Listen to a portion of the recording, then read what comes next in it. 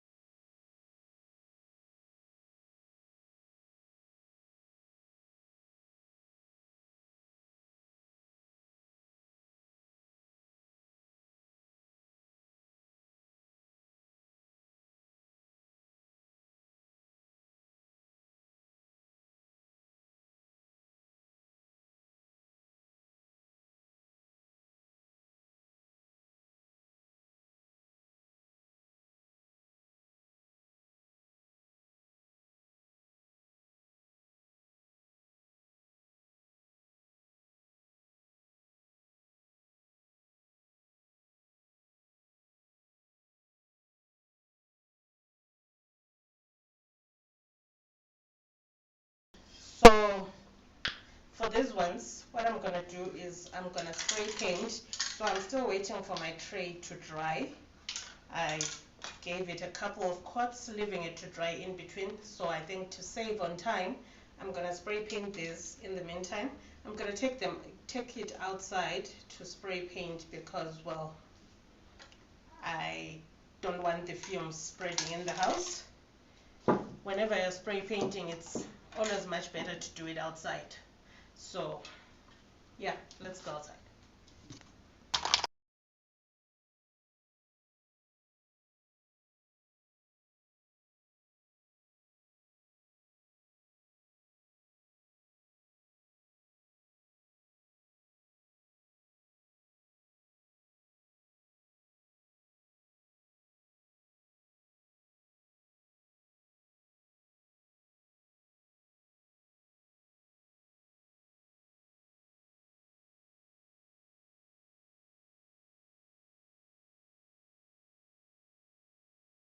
So unfortunately, I lost the footage for a lot of things that I was doing, but we're here now with the final result. This is how it went. So I painted this white like you saw on the video earlier, and then I highlighted these parts with a okay, so the white that I used was this one, which is called Warm White by Heritage. And then I highlighted with Bone White on the edges there. And this is what I ended up with. So I think it was a success, guys. It was a success. So this is how I am planning on styling this tray. Let me just quickly show you. Let me grab my things. So yeah, I think I'm gonna put it on the coffee table. This looks like it will look very good on the coffee table with a candle, a small plant, and maybe a diffuser, like so. This looks good, guys. This looks good. Can you see it? I am now Miss DIY. I'm very proud of the work that I've done.